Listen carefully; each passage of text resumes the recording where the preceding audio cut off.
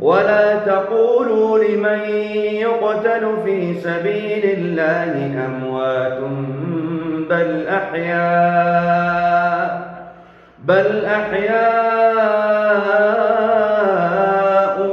ولكن لا تشعرون.